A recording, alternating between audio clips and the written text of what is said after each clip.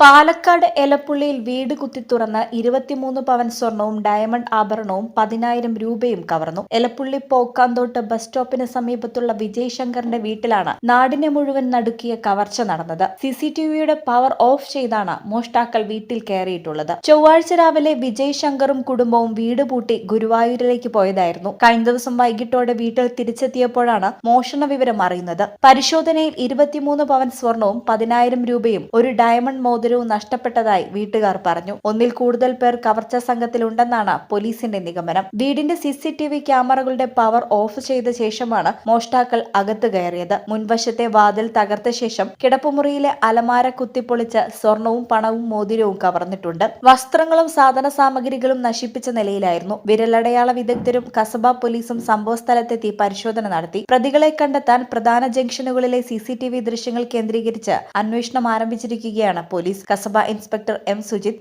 SI H Harshad എന്നിവരുടെ നേതൃത്വത്തിലാണ് അന്വേഷണം നടക്കുന്നത്. ഈ ചാനൽ പാലക്കാട്. വീട്ടിലേക്ക് ഒരു പുതിയ ഫ്രിഡ്ജ് വേണം, പക്ഷെ ഒറ്റയടിക്ക് ഇത്രയും പണം വിഷമിക്കേണ്ട. ബെയ്മെന്റിൽ ഇപ്പോൾ സ്മാൾ ഇൻവെസ്റ്റ്മെന്റ് സ്കീം ഉണ്ട്. എത്ര വലിയ പർച്ചേസും ഈസിയായി നടത്താം. നിങ്ങളുടെ സേവിങ്സ് വലിയൊരു തുകയാകുമ്പോൾ നിങ്ങൾക്ക് ഇഷ്ടപ്പെട്ട ഏത് പ്രൊഡക്റ്റും ബെയ്മെന്റിൽ നിന്ന് സ്വന്തമാക്കാം. ചെറിയ നിക്ഷേപം വലിയ സന്തോഷത്തോടെ വീട്ടിലേക്ക്. കൂടുതൽ വിവരങ്ങൾക്ക് ബെയ്മെന്റുമായി കോൺടാക്ട് ചെയ്യൂ. Baymand, making it easy. Valanjeri. Phone 9526 001 003.